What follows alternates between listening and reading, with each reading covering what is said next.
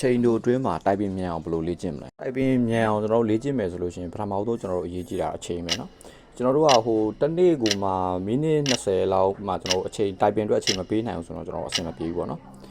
နောက်ပြီးတော့ကျွန်တော်တို့ရိုက်ချင်တဲ့အချိန်ရိုက်တယ်မရိုက်ချင်တဲ့အချိန်မရိုက်ဘူးပေါ့နော်အဲ့လိုမျိုးတွေဟိုတစ်ရက်လောက်ရိုက်ပြီးတော့တစ်ပတ်လောက်ပျောက်သွားပြီးတော့မှကျွန်တော်ပြန်ရိုက်အဲ့လိုမျိုးဆိုကျွန်တော်အဆင်မပြေဘူးเนาะတိုက်ပင်လေ့ကျင့်တဲ့အခါမှာကျွန်တော်အခုပုံထဲမှာပြထားသလိုမျိုးပေါ့နော်ကျွန်တော်တို့လက်ချောင်းတွေအနေထားတွေကမှန်ကန်ဖို့လိုရပေါ့နော်အဲ့တိုင်းကျွန်တော်တို့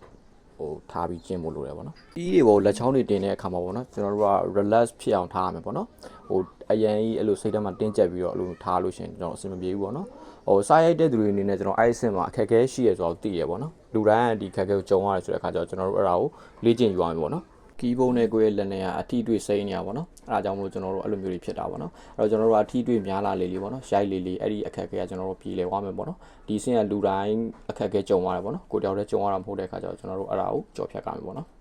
Okay ကျွန်တော်တို့ typing စကျင့်တော့မယ်ဆိုရင်ကျွန်တော်အင်္ဂလိပ် typing ကိုအရင်ဆုံးကျင့်ဖို့ပြောချင်တယ်ပေါ့နော်။အင်္ဂလိပ် typing ကိုအရင်ဆုံးခိုင်ခိုင်မာဖြစ်သွားအောင်ကျင့်မယ်ပေါ့နော်။ပြီးတော့မှကျွန်တော်တို့မြန်မာကိုကျင့်မယ်ပေါ့နော်။ဒီ typing software မရှိတဲ့သူတွေကပေါ့နော်။ကျွန်တော် typing software download ဆွဲတဲ့ video လေးကျွန်တော်တင်ပေးထားတာရှိရပေါ့နော်။အဲ့ဒါလေးဝင်ကြည့်ပြီးတော့ကျွန်တော် download ဆွဲလို့ရရပါတော့ကျွန်တော်အဲ့လိုကြည့်ရင်လည်းပေါ့နော်ကျွန်တော်အခုပုံမှာပြထားတဲ့အတိုင်းဒီပေါ့နော် WPN ဆိုတာ web per minute ကိုပြောတာ10မိနစ်မှာရိုက်နိုင်တဲ့စလုံးရေအတွက်ကိုပြောတာပေါ့နော်အဲ့ဒီ WPN ကကျွန်တော်တို့စားခြင်းတဲ့သူတွေအနေနဲ့ညင်မှာမဟုတ်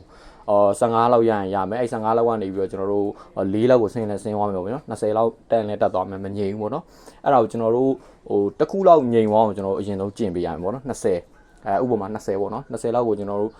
ညင်သွားပြီဆိုတော့ကျွန်တော်တို့ကအဲ့မှာရက်ထားလို့မရဘူးเนาะအဲ့အဆင့်မှာကျွန်တော်တို့ကအရေးကြီးရပေါ့နော်တော်တော်များများအဲ့20လောက်ရယူပါညာဆိုလို့ရှိရင်ကျွန်တော်ရပ်လိုက်တယ်ပေါ့နော်ဆက်မရိုက်တော့ဘူးအဲ့တော့ကျွန်တော်နည်းနည်းအချိန်ကာလတစ်ခုရောက်သွားတဲ့အခါမှာကျွန်တော်အဲ့ဒီ20ကိုပြန်မရတော့ကြာသွားတယ်ပေါ့နော်